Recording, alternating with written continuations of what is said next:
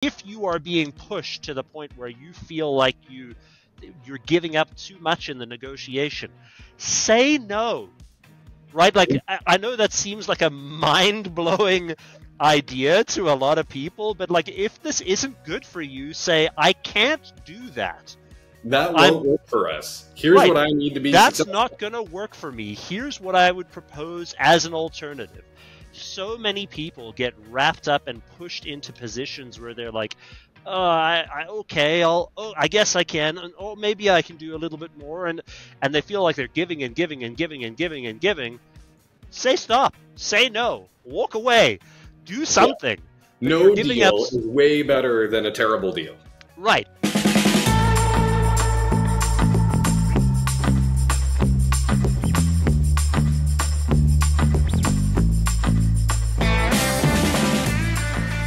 Thanks so much for joining another edition of the Never Ending Climb for Stronger Supply Chain and Procurement for companies running SAP.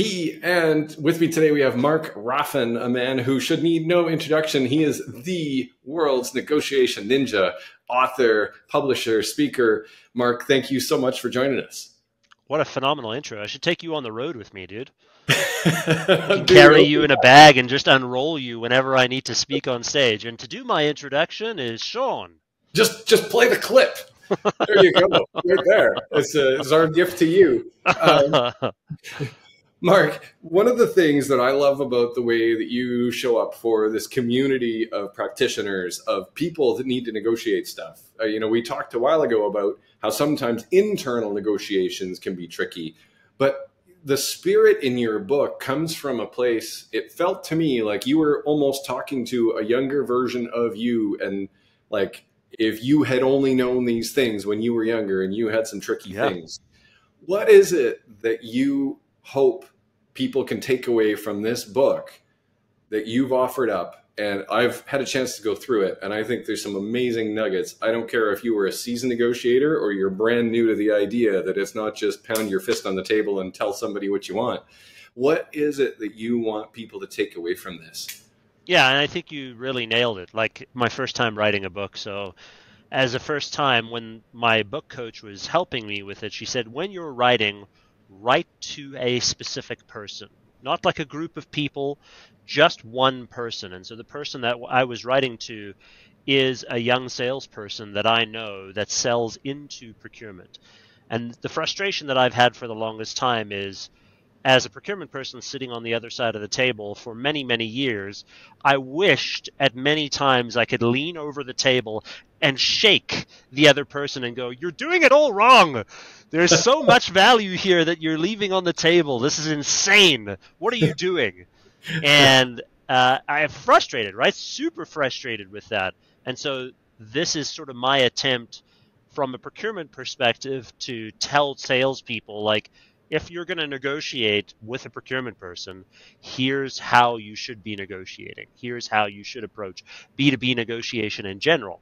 And so, yeah, I wanted this to be sort of a reflection of those ideas and how to help people. And the gem in the book, the single most important thing, and it breaks it down sort of step by step, is that there is a process. So many people think that negotiation is art or style or voodoo. And sometimes it can be like that, right? Like, sometimes there are artistic elements to negotiation, but the feedback that I have for most is that you are not allowed to have a style until you have a process. You are not allowed to have an art until you have a process. It would be like saying, well, Mark, like the main criticism that I get of the book is that, Mark, the process is too rigid and it doesn't allow for me to show sort of deviations from that. To which my answer is, you're not Da Vinci, right? Like, you're not Michelangelo. You don't get to make those flagrant displays of artistry yet. Until we can teach you how to color within the lines and how to do the diagrams properly, then you get to be Da Vinci. But until that point, follow the process. And it makes things way easier. If you can create something where you can create repeatable success over and over and over again, then that's probably something that you should pay attention to. It would be like going to the gym and working with a personal trainer, and the personal trainer adjusts your back slightly to say, okay, now pinch back when you do this move and keep your elbows in when you do it. And you're like, no, no, you're cramping my style, and you push out and you flare your elbows and you throw out your shoulders, and you're like, I don't know what happened. I was trying to do the bench press properly, and like, this is crazy. This is ridiculous. Well, obviously you didn't listen to the instruction.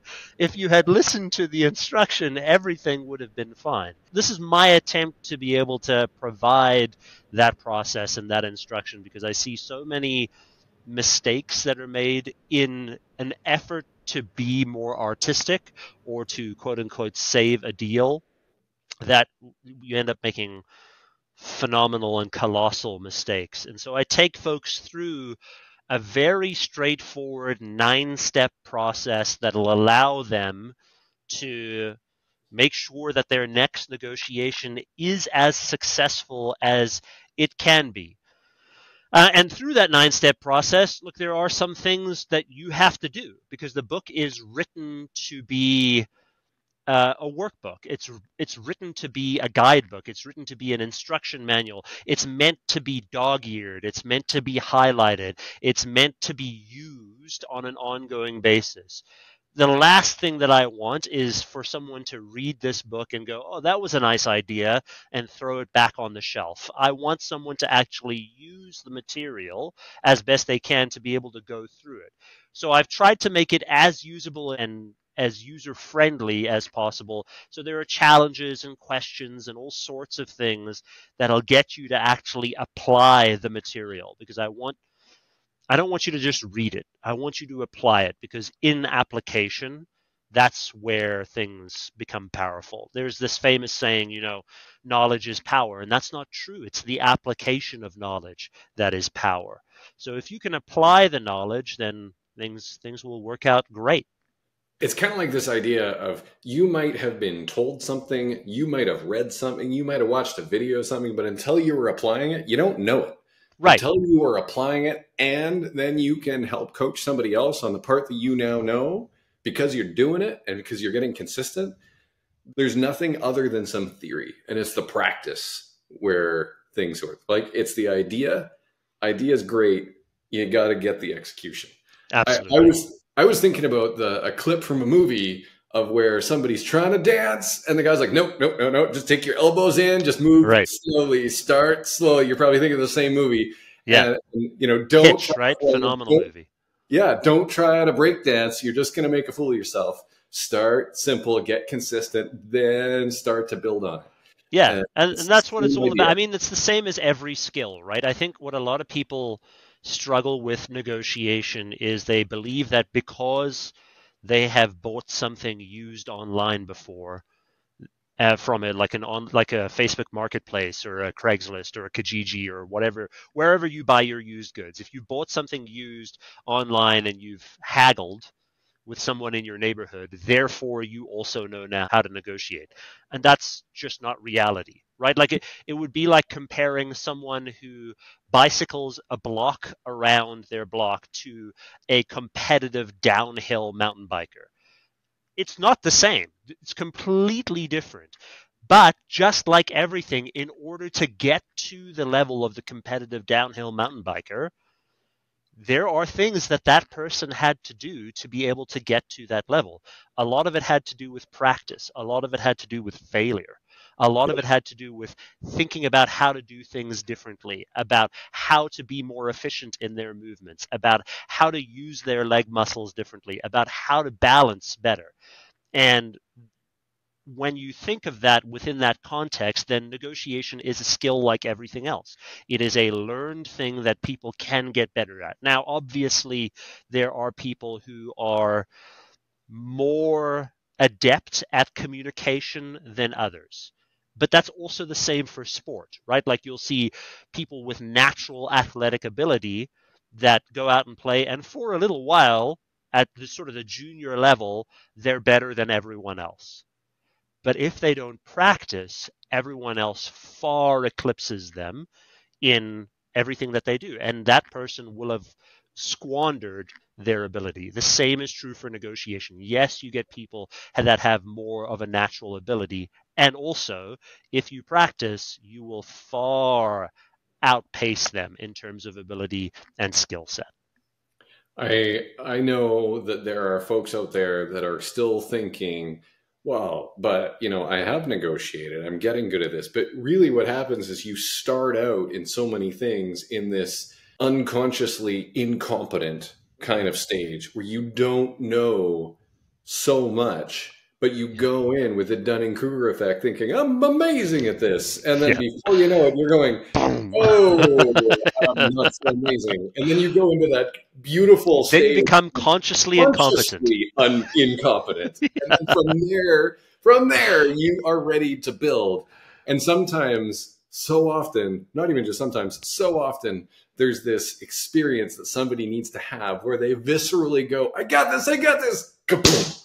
That lack of awareness from not having gone up against, yeah, you cycled the block a few times on your bike. Good work. Love that you're getting out there. But now you're up against a competitive racer. And all Right. of a sudden, they're gone and you're going, how did they do that?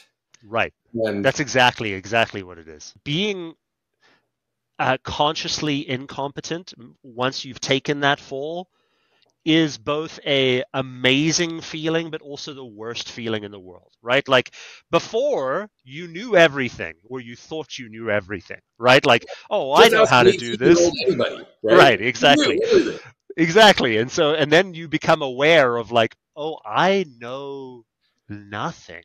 Right? And that feeling is the best feeling in the world and also the worst feeling in the world, because you immediately realize like, oh, if I want to actually be world class at this thing, there is a significant amount that I have to learn, I have to invest in, all of those kinds of things. We go through it all the time as entrepreneurs when we try and build out different parts to our business. We say, oh, I want to take this thing online, or, oh, I want to go into this geographic area, or I want to add in that product line, or whatever it might be. You realize you're like, oh, I should be able to do this. I've done this before in another area.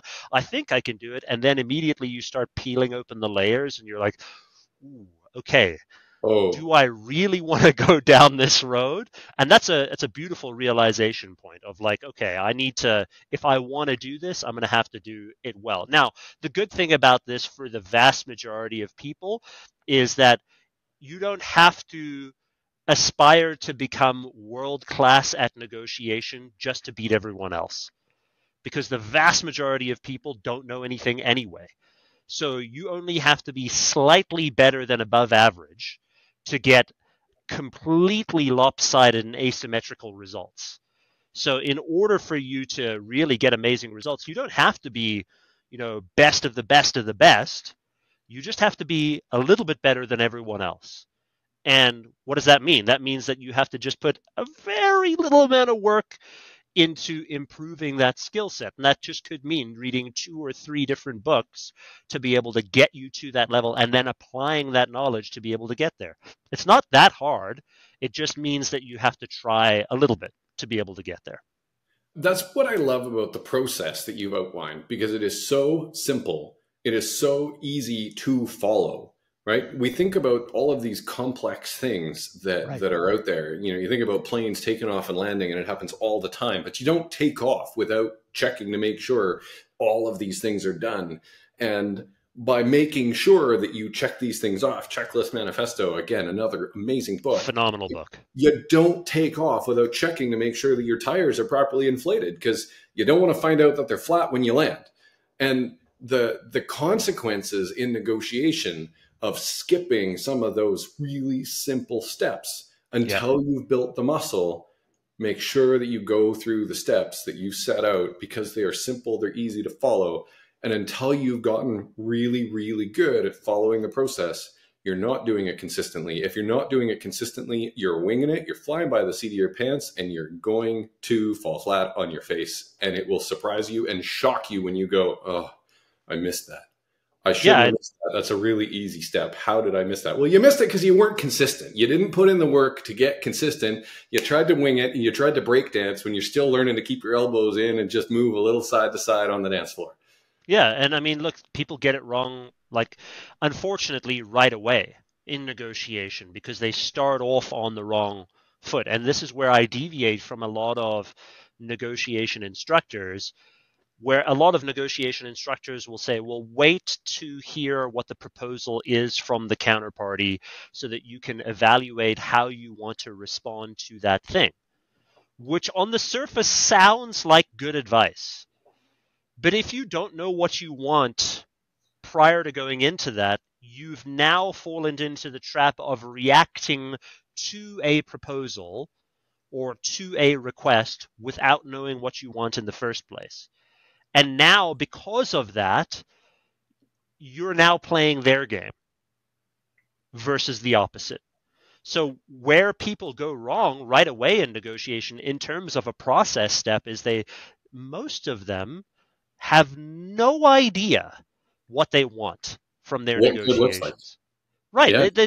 They just don't know what they want. And so, like when I ask, for example, I sat down with an executive the other day who was trying to figure out how to acquire another business. And it was a great conversation. And I said, okay, well, what's the business and what does it do? Just so that I can get some clarity of information. I said, great. So what do you want to get out of this deal? That was a question that I asked from this business owner. And they said, well, I want a good deal. Okay. What is that? Right, exactly.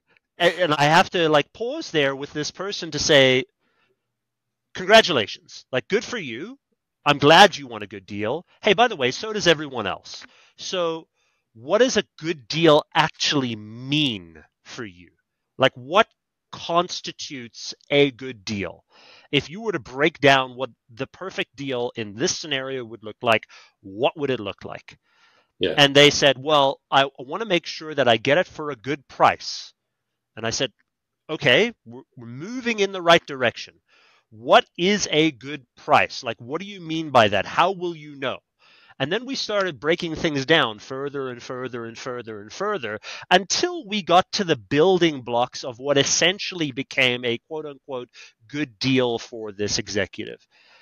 It turns out that a good deal looks differently than how they originally thought it would before they decided they were going to break it down, because they hadn't quantified before the exercise what a good deal actually meant. That means that either they could have taken one of two directions. Either they would have walked away from the deal and lost out on something that could have been a good deal, or they would have conceded way too much value because they didn't even know what they were looking for in the first place, and therefore any deal would do. And so, unfortunately, this is the point that most people fail at right away, is they don't know what it is they want to achieve out of their negotiations. And if you don't know what you want to achieve, then there's no objective benchmark of success. And if there's no objective benchmark of success, then there's no way for us to know whether or not we've actually gotten a good deal. Now, the criticism that we often get around this is like, well, Mark, can't we just sort of chat with the other person at the end to be able to determine how we've done? Obviously, that's not the case, right? No one is ever going to reveal at the end of the negotiation, well, here's how much value I got. Oh, here's how much value I got. Let's be 100% transparent with each other at the end, and we'll just sort of open up the dressing gown and say, hey, have a look. That's never going to happen. You're never going to be able to be that transparent with someone. So the only way to know if you've been successful is if you have objectives that you set out prior to going in. We call those aspirational goals. And then you determine whether or not you've achieved your aspirational goals. Like at the beginning of this year, the vast majority of the Western world set the goal of lose weight on January 1st. Which is a great aspirational goal, but now we got to break that down into what are the things that you're going to do to achieve that losing weight, right? Are How you going to much, why, exercise when, what are more? you doing every day to make sure Right. that's inevitable?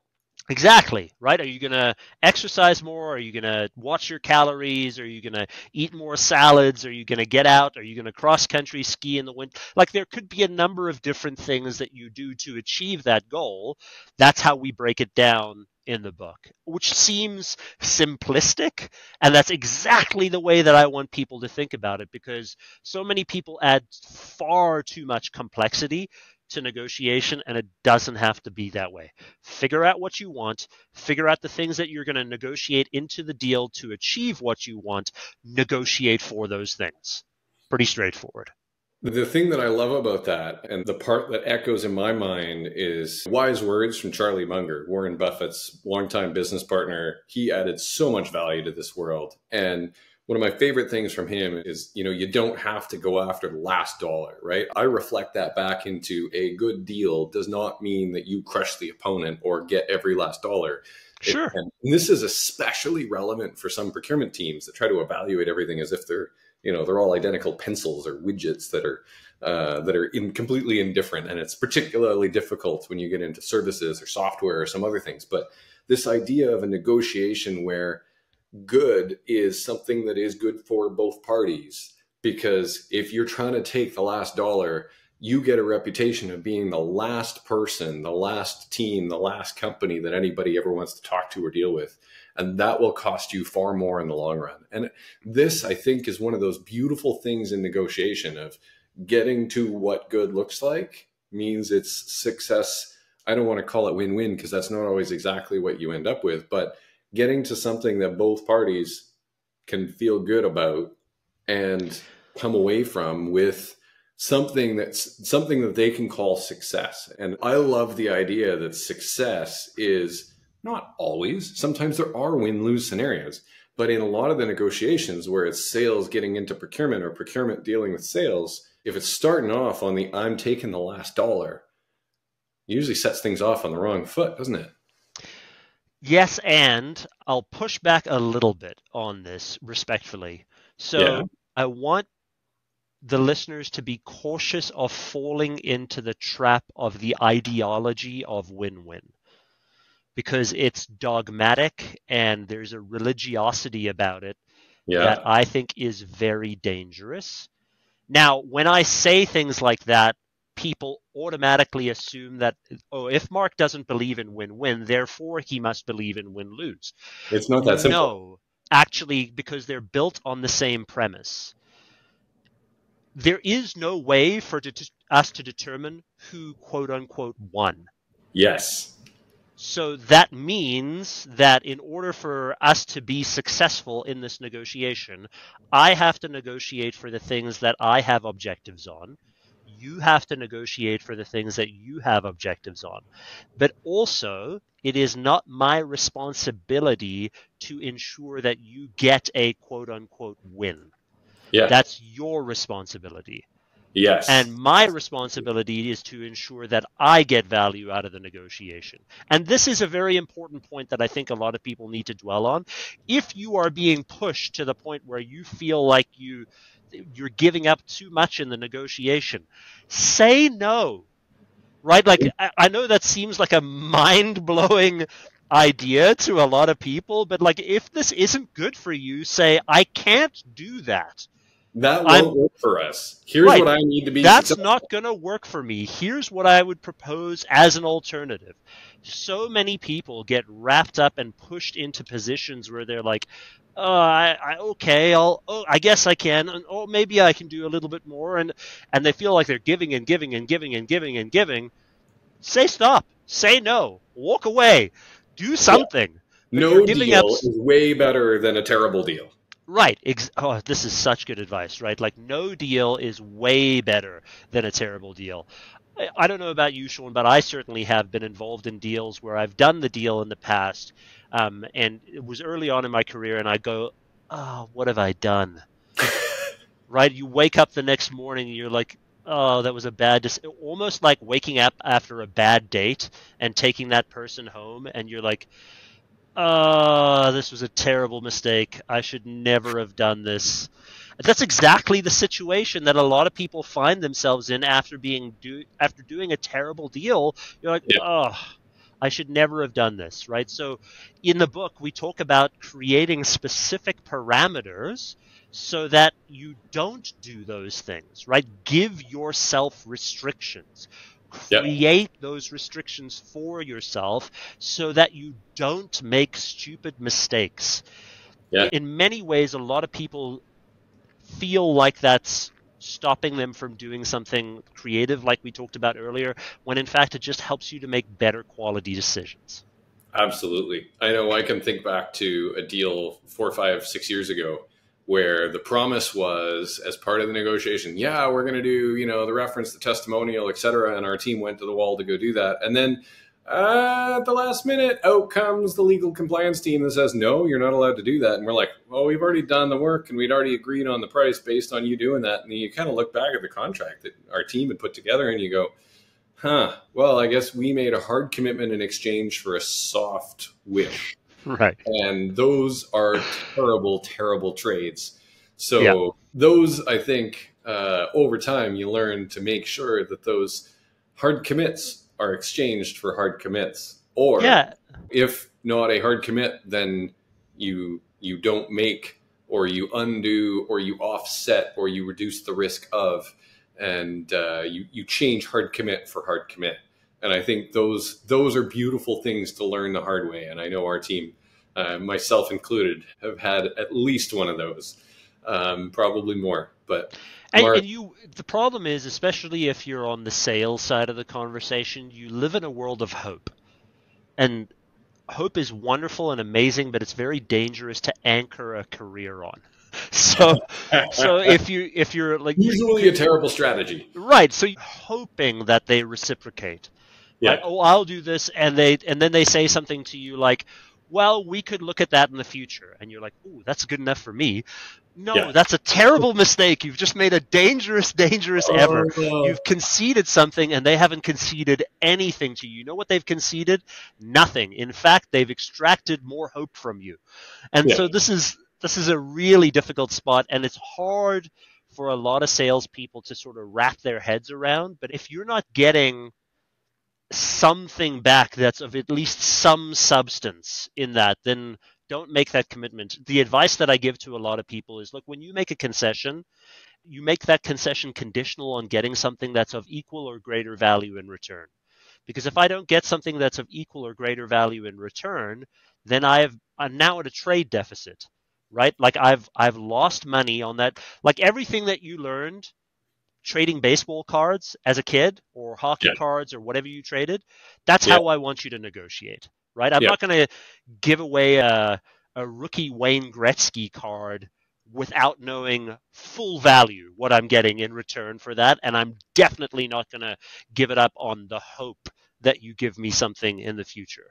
So, and by the way, when people hear value, that's value as you determine it, right? So I might give you a concession in price if you give me something of value to me that's equal to me for that concession. That's yeah. very important for people to recognize because how I value something may be different than how you value something. So you have to determine what's valuable for you when you ask for it in return.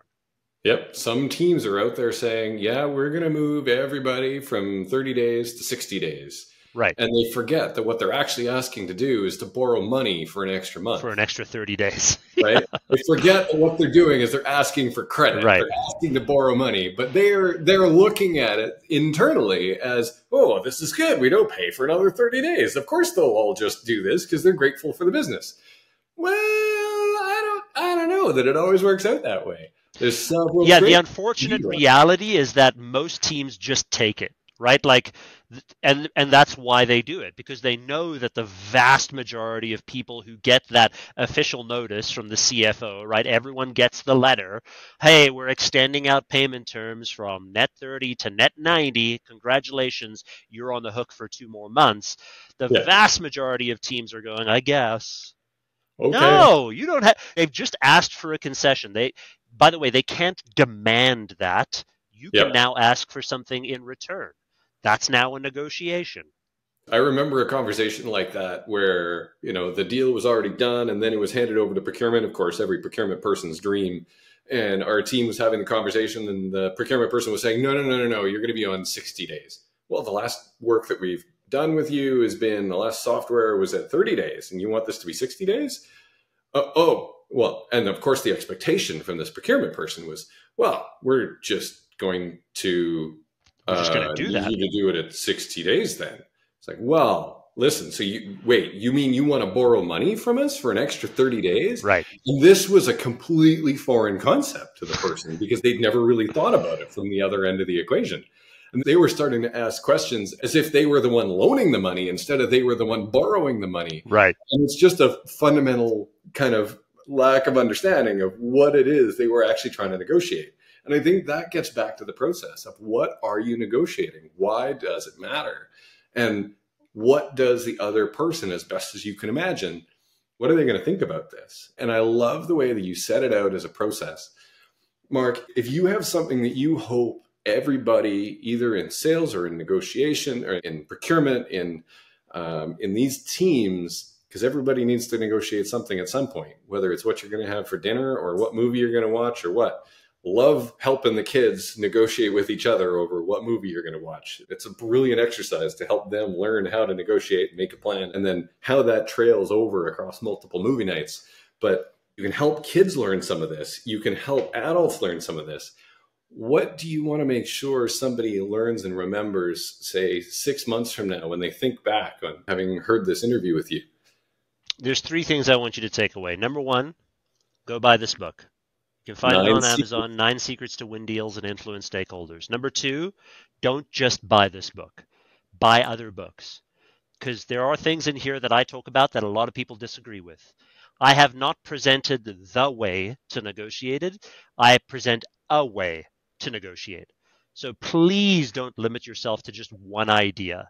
The last thing that I want to leave you with, if you're going to take away anything from any negotiation instruction, just first decide what you want and get very clear on what you want. Then start with the strategy. If you can do that, you're already way ahead of the game. Yeah, absolutely. Mark, thank you so much. I'd encourage everybody to read Mark's book as well. It is just instructions for life as far as I'm concerned. And I want to thank everybody for watching another edition of The Never Ending Climb for companies running SAP for a stronger supply chain and procurement. And if you're looking for an add-on for your SAP system to help you get more out of it, you know where to look. Thanks, everyone. See you next week.